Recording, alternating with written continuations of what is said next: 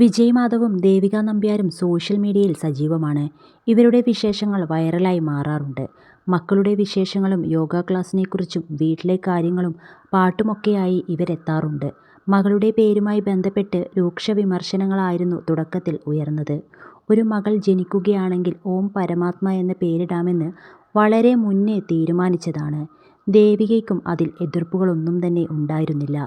ആത്മജ മഹാദേവ് എന്നായിരുന്നു മകന് പേരിട്ടത്. ഇതെന്തൊരു പേരാണ്, പെൺകുട്ടികൾക്ക് ഇടുന്ന പേരല്ലേ എന്നായിരുന്നു അന്ന് വന്ന ചോദ്യങ്ങൾ. ഭാവിയിൽ മകൻ തന്നെ ഇതിൻ്റെ പേരിൽ നിങ്ങളെ ചോദ്യം ചെയ്യുമെന്നായിരുന്നു വിലയിരുത്തലുകൾ. വിമർശനങ്ങളിലൊന്നും പതറാതെ തീരുമാനത്തിൽ ഉറച്ചു നിൽക്കുകയായിരുന്നു വിജയ്. രണ്ടാമത്തെ പ്രസവം ഞങ്ങളെ ശരിക്കും പേടിപ്പെടുത്തിയിരുന്നു. ആദ്യത്തേത് നോർമലായിരുന്നതിനാൽ ഇതും അങ്ങനെയായിരിക്കുമെന്നായിരുന്നു ധാരണ. അവസാന നിമിഷത്തിലായിരുന്നു സിസേറിയനെക്കുറിച്ച് പറയുന്നത്. വാട്ടർ ബ്രേക്കായി എന്ന് ദേവിക പറഞ്ഞപ്പോഴാണ് ഞങ്ങൾ ആശുപത്രിയിലേക്ക് പോയത്. എമർജൻസി സി സെക്ഷൻ ആയതിനാൽ ഓറലി ആയിരുന്നു അനസ്തേഷ്യ കൊടുത്തത്. അതുകഴിഞ്ഞ് ബോധം വരാൻ ഒരു ദിവസം എടുത്തു. മോളെ കയ്യിൽ കിട്ടിയപ്പോഴും ദേവികയെ കാണാത്തതിൻ്റെ ടെൻഷനിലായിരുന്നു വിജയ്. പ്രാർത്ഥനയും ഉപവാസവുമൊക്കെയായി ആ നിമിഷങ്ങൾ തള്ളി നീക്കുകയായിരുന്നു. ഇതൊന്നും വേണ്ടായിരുന്നു എന്നുവരെ ചിന്തിച്ച നിമിഷങ്ങളായിരുന്നു. വിചാരിച്ച പോലെ വേദനയില്ലാത്ത അവസ്ഥയൊന്നും ആയിരുന്നില്ല തൻ്റേതെന്ന് ദേവികയും പറഞ്ഞിരുന്നു. അഭിനയ മേഖലയിൽ സജീവമാണെങ്കിലും യോഗ ക്ലാസും ഡാൻസും പാട്ടുമൊക്കെയായി ദേവികയും സജീവമാണ്. പാചക പരീക്ഷണങ്ങളുമായി ദേവിക എത്താറുണ്ട്. മക്കൾക്കായാലും മാഷിനായാലും സന്തോഷത്തോടെയാണ് ഓരോ കാര്യങ്ങളും ചെയ്തു കൊടുക്കുന്നത്.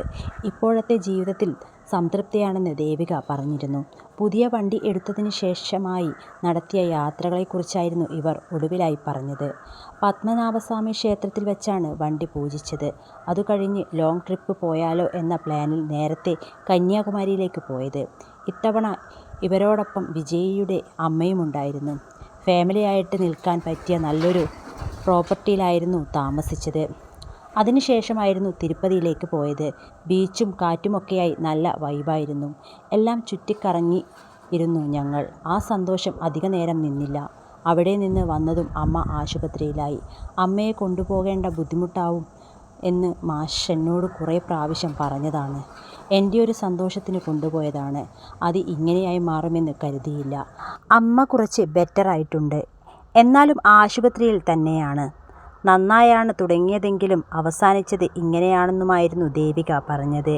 വീഡിയോയിൽ മകളും കയ്യിലും കെട്ട് കാണുന്നുണ്ടായിരുന്നു. മകളുടെ കൈക്ക് എന്തുപറ്റിയെന്നായിരുന്നു എല്ലാവരും ചോദിച്ചത്. വ്ലോഗിലൂടെയായി വിജയിൻ്റെ അമ്മയും പ്രേക്ഷകർക്ക് പരിചിതയാണ്. അമ്മയുടെ കൈക്ക് എന്തുപറ്റി?